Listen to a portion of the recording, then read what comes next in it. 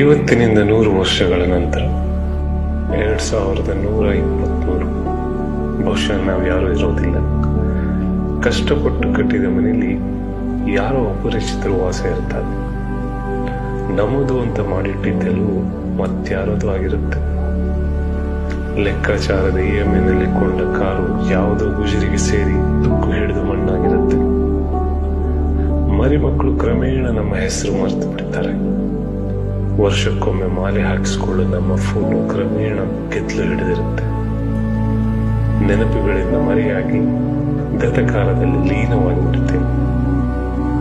ಒಂದು ಕ್ಷಣ life pass ಮಾಡಿ ನೋಡಿದಾಗ ಅನಗತ್ಯ ವಿಷಯಗಳಿಗೆ ತೀರಾ ತಲೆ ಕೆಡಿಸ್ಕೊಂಡು ಬದುಕ್ತಾ ಇದ್ದೇವೆ ಅನಿಸ್ಬಿಡುತ್ತೆ. ಅದು ನಿಜ ಕೂಡ. ಇಂದು ಈ ಕ್ಷಣದಲ್ಲಿ ಬದುಕಬೇಕು. ನಿಟ್ಟುಸಿರು ಬಿಡುತ್ತಾ ಮೆತ್ತಗೆ ಹಾಗರಾಗಬೇಕು.